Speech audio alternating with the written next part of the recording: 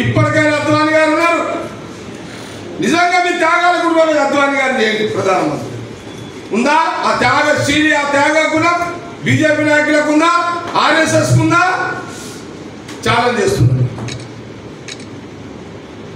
మీరా సోనియా గాంధీ గారితో మాట్లాడింది?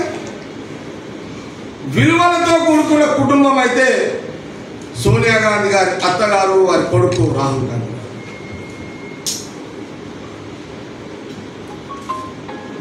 నైతికంగా బీజేపీ నాయకులకు సోనియా గాంధీ గారిని విమర్శించే నైతిక హక్కు లేదు. మీరు 1,00,000 మాట్లాడచ్చు రాజకీయంగా, కానీ నైతికంగా మీకు హక్కు లేదు అని కాంగ్రెస్ పార్టీ స్పష్టత చేస్తుంది.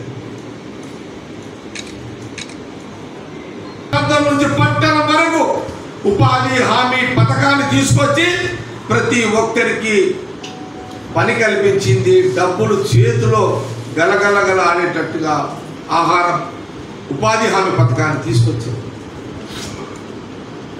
ప్రతి గ్రామంలో 10 మంది ఉంటే ఇంట్లో 10 మందికి ఉపాధి హామీ ద్వారా పని కల్పించింది. సగటు ప్రతి మనిషి రోజుకి 500 నుంచి 1000 రూపాయలు సంపాదించుకునే ఉపాధి హామీ తీసుకొచ్చిన ఘనత చరిత్ర సోనియా గాంధీ గారి యూపీఏ చైర్మన్, కాంగ్రెస్ పార్టీ అధ్యక్షులు వారి నేతృత్వంలో మన్మోహన్ సింగ్ గారు అమలు చేయడం జరిగింది.